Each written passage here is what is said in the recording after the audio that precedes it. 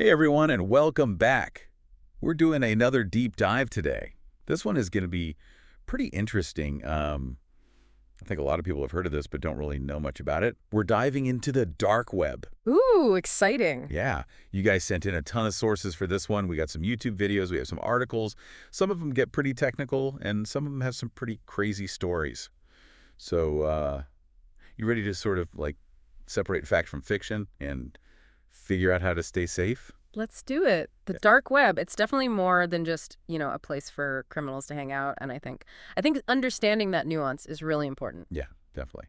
Okay, so to get us started, I keep hearing about this iceberg analogy to describe the internet. What is that all about? Yeah, the iceberg analogy, that's a good one. It's a really good way to visualize the different layers of the internet. So the part that we use every day, the surface web, browsing, shopping, watching cat videos. Important stuff. Exactly. All the important stuff. That's just the tip of the iceberg, literally. It's only like 5 to 10% of the entire internet. Wow. So the stuff that we use every day is really just a tiny fraction of what's out there. Exactly. And then below the surface, there is the deep web. And that's where you find things like private databases, cloud storage, internal company networks, anything that's not indexed by like standard search engines. Okay. So where does the dark web fit into all of this? So the dark web is like this hidden cove within the deep web, and it's intentionally concealed. And you need special software to access it, like Tor, the onion router. Yeah. And Tor encrypts your data, bounces it through a network of like volunteer servers all around the world, so it makes it very difficult to trace your activity. So is it kind of like sending a message in like a bunch of envelopes, like you open one and it just tells you where to send the next envelope but not the final destination? Yes, exactly. That's a great way to put it. Okay. But even with all that secrecy, I remember one of the videos, I think it was called Economy, talking about how even like sophisticated criminals on the dark web, they can still leave traces, like digital trails. Yeah. They mentioned this guy, Alexander Kazaa, the guy behind like the Alpha Bay marketplace, and he got caught in the end, right? Despite all his precautions and stuff. Yeah, that's right. And his case really, it shows that anonymity on the dark web, it's a powerful tool, but it's not foolproof. Right. He may have built an empire of anonymity, but even he made mistakes. He reused old email addresses, he left traces on different platforms, digital breadcrumbs that ultimately, led to his downfall. It's kind of ironic, isn't it? This mastermind of anonymity tripped up by like basic digital hygiene. Exactly. It's a cautionary tale for anybody who's, operating on the dark web, that true anonymity is incredibly difficult to achieve. Yeah, for sure. So this kind of brings us to the heart of the dark web, what it's known for, its marketplaces. Yeah. These aren't just like your average online shopping sites, right? Sure. No. Think of them more as like these digital bazaars for like everything illegal and illicit that you can imagine.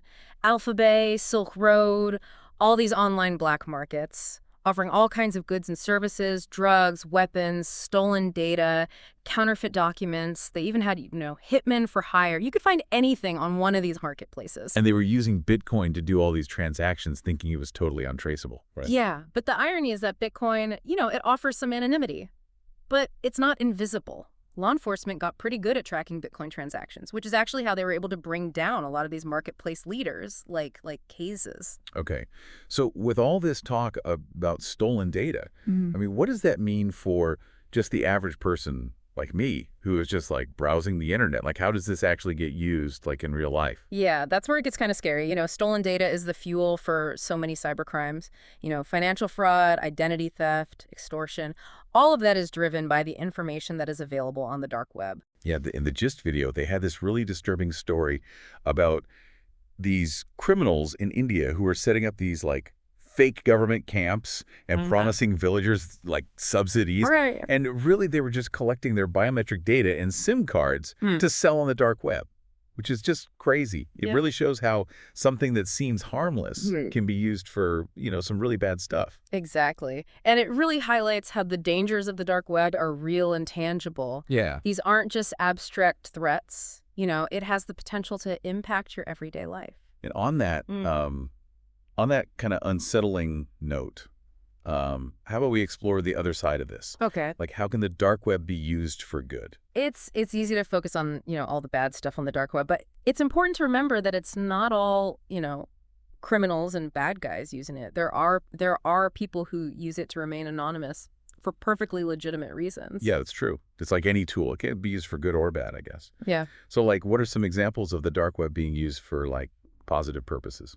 Right. Yeah. So that Verizon article, the one called Dark Web and Cybersecurity, Yeah. talked about how the dark web can be really important for example, whistleblowers or journalists that are operating in countries that are really repressive. They have these oppressive regimes, or activists, people who just need to protect their identities. Yeah, that makes sense. Yeah. They might need a way to share sensitive information without, being tracked or censored or something. Exactly. Yeah. Think about like Edward Snowden, for example. I mean, Yes. he used the dark web to leak all that classified information about, government surveillance.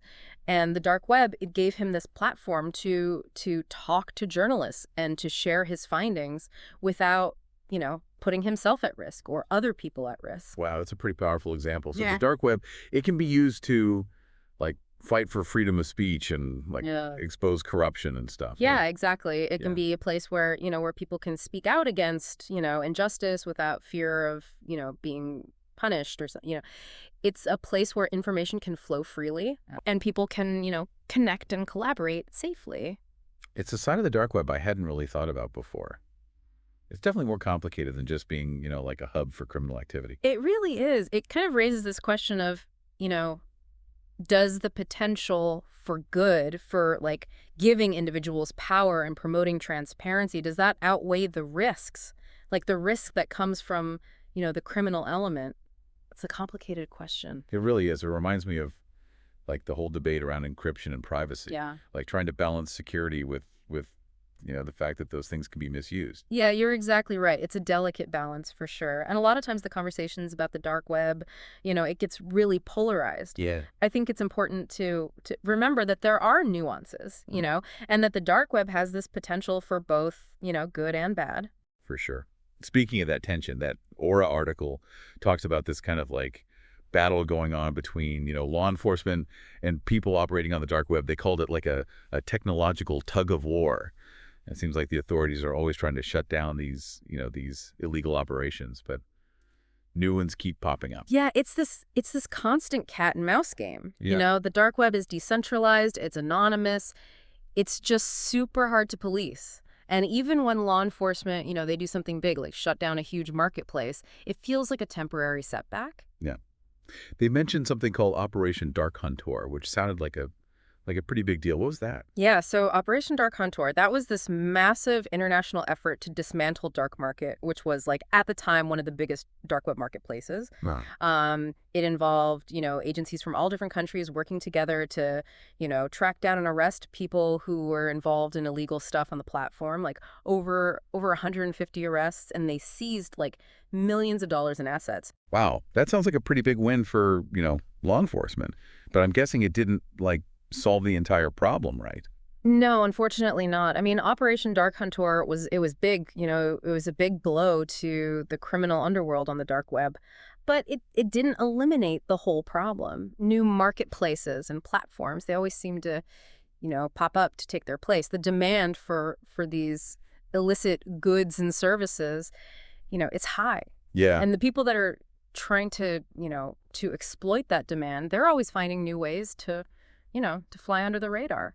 He's kind of like that whack-a-mole game, right? You knock one down and another one pops up somewhere else. Yeah, that's a good analogy. It shows just how difficult it is for law enforcement to actually, police the dark web. The landscape is always changing. Right. Staying ahead of the criminals, it's a really big task. That makes me think, like, for our listeners, with all this talk about hackers and hidden marketplaces and all this stolen data floating around, how can just, like, a regular person like me stay safe online? Like, is it even possible? Oh, yeah, definitely. I mean, the dark web does present some real dangers, but there are, things that you can do to lower your risk.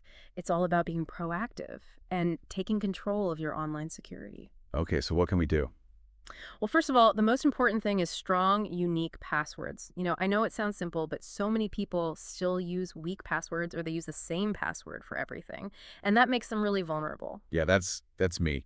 I try to be Yeah. better about it, but it's just so hard to keep track of all the different passwords. Yeah, I know it's hard, Yeah. but it's really important. A password manager can help.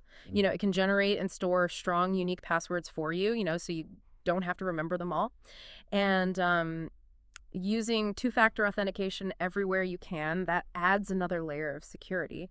Right. So even if someone, gets your password, they still need that, that second thing, that second factor Yeah. to actually get into your account. Exactly. And be careful about what you click on, Right.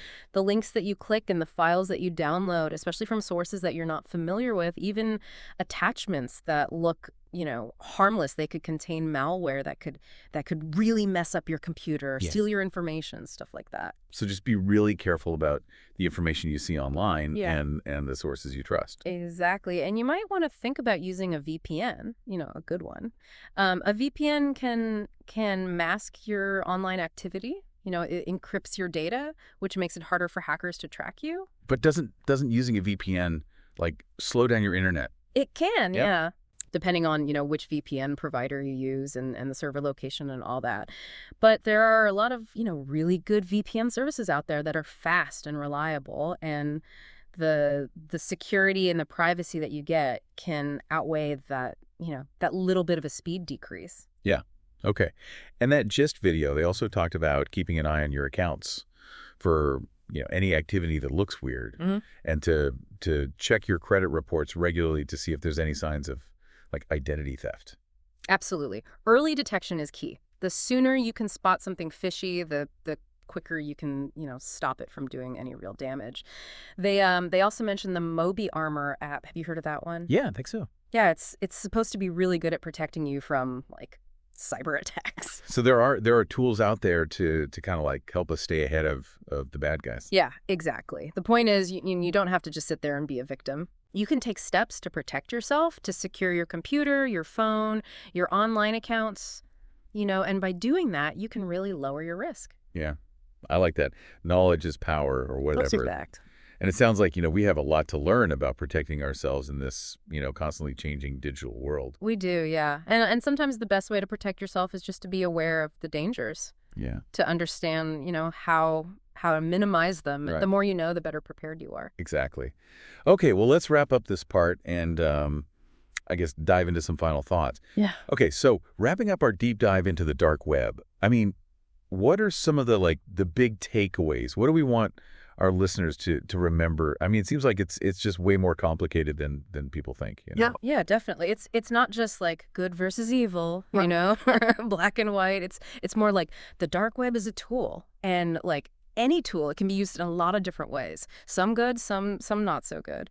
And I think, understanding that it can be both, that's really important. Yeah, we've seen how it can be this like haven for criminal activity, Yeah. place to buy and sell illegal stuff. Yeah. And it can be really dangerous, especially if you're not careful. But we also saw how it can be used to help people like whistleblowers and journalists and, in countries where they don't have freedom of the press, and activists who are, fighting for important causes. Right, and it's easy to get caught up in all the scary headlines and focus on all the bad stuff. But the dark web can also be used to do good things, Yeah. to protect free speech and make things more transparent and hold people accountable. Yeah, for sure. I think that's one of the most surprising things I've learned from this whole deep dive. It's Yeah. really changed how I think about the dark web, Yeah. Yeah, it's a good reminder that technology isn't like good or bad in itself. It all depends on how we use it, And the dark web, because you can be anonymous and it can bypass censorship. It can be really powerful, but it can also be exploited. So I guess the question is, like, for our listeners, how should they think about the dark web? Like, how should they approach it? Well, the dark web, it's like the internet itself, It's always changing. New technologies, new threats, new opportunities. It's important to stay informed. Right. It's not about, like, being afraid of it. It's just about knowing the risks. Yeah. And taking steps to, protect yourself. Like we talked about strong passwords, two-factor authentication, using a VPN, Yeah. and being really careful about what you click on and what you download. Right. And I think it's also important to remember that the dark web is just one part of the internet, you know? All the same rules about, online safety apply, whether you're, just browsing the web or checking your bank account or going into the dark web. So basically just have good digital hygiene. Yeah. Yeah, exactly. Be careful about what information you share online and just think about, the potential consequences of what you do. Okay. Any final thoughts before we wrap up? Yeah, I mean the dark web can be a really interesting place. It can be kind of fascinating. But approach it with caution, stay informed, be careful, and adapt to your online security practices as things change. That's how you can navigate this whole world, safely. Well said. This has been really, really interesting exploring the dark web. Thanks for joining us on this deep dive. And to all our listeners, stay curious, stay safe, and keep exploring, keep exploring the internet.